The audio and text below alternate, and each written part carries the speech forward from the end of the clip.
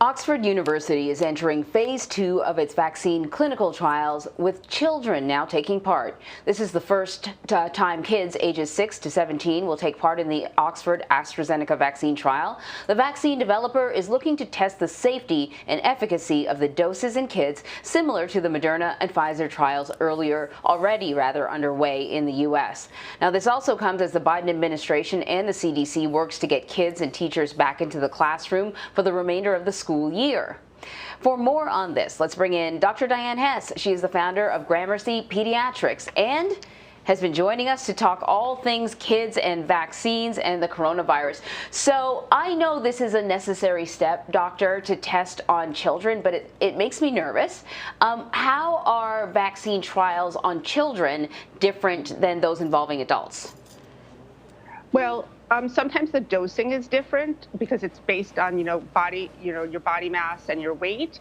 So it could be. I'm not privy to the information that the dosing might be smaller for a child, whereas like an infant might get 0.25 of a flu vaccine of 0.25 mLs, and then an adult would get double that, a half an ml. So that might be different. But remember, the AstraZeneca vaccine is more of a traditional vaccine. It's based off of an adenovirus, so it is not an mRNA vaccine like Pfizer. So we've had much more experience with doing vaccine trials. This is a small trial. It's only 300 children. They'll be followed very closely. I have to say, most of the time, the kids who are in these vaccine trials, the parents are scientists and/or physicians, because they're much more open-minded into enrolling their kids into the studies. So, Dr. Hes, as you just heard from Anne-Marie, there might be some parents who are hesitant to see their kids vaccinated. What would you say to parents who have those concerns? I would say that the vaccine guidelines for children are extremely rigorous in the United States. So until these vaccines are, first of all, this is not the U.S. This is AstraZeneca, which we're not using in the U.S.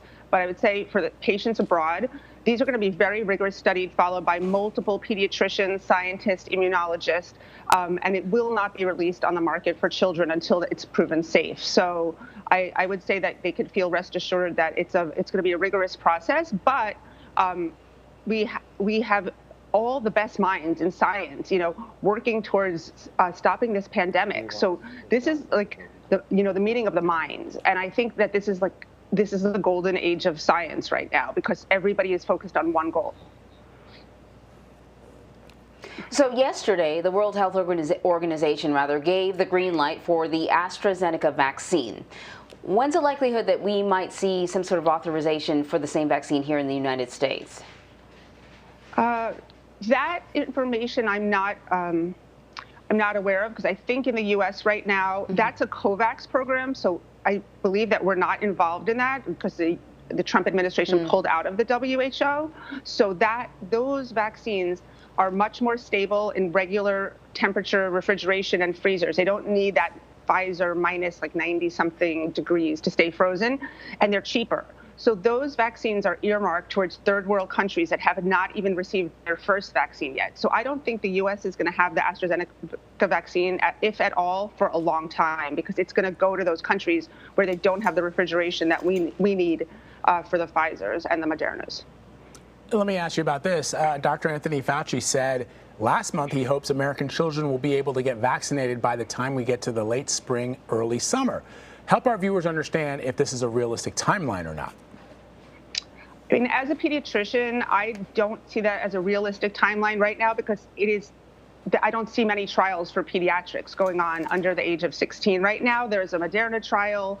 There's I think there's a Pfizer trial as well, but I tried to enroll my own teenager and there was nothing. I mean, the closest site I got from New York City was Idaho and then Texas. So they're small trials.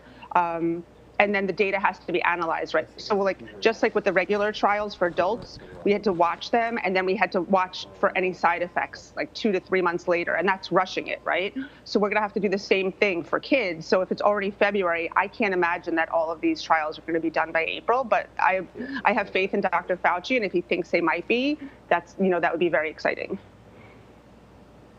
So we had already talked about the CDC's new guidelines for opening up schools, and their guidelines have a lot to do with the transmission rates in the community, and they have sort of different color-coded zones. Red zones have the highest rate of transmission, and schools in those zones are unlikely to allow students to come back into the classroom. So more than 91% of students in the U.S., though, live in red zones.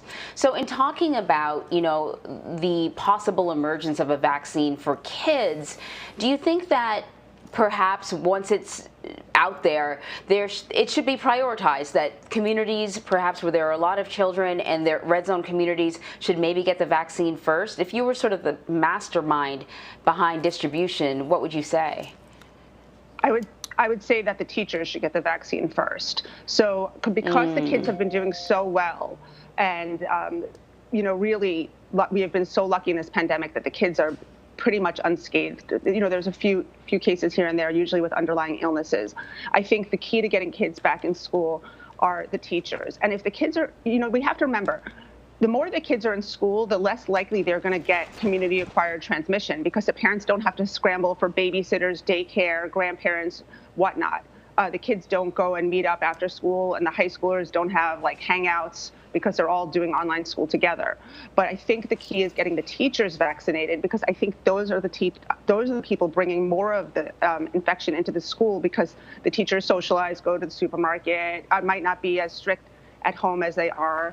I have to say that I'm here in Florida now. I just got here yesterday, and the lack of mask wearing is astounding to me and my kids. And they're adults that we're seeing without the masks. And even here in the elevator, it says only ages 6 and up have to wear a mask, whereas in New York, it's 2 and up. So, I think it's going to be really getting the adults vaccinated to get the kids back in school. All right, Dr. Hes, always great to have you. Thank you very much. Thank you.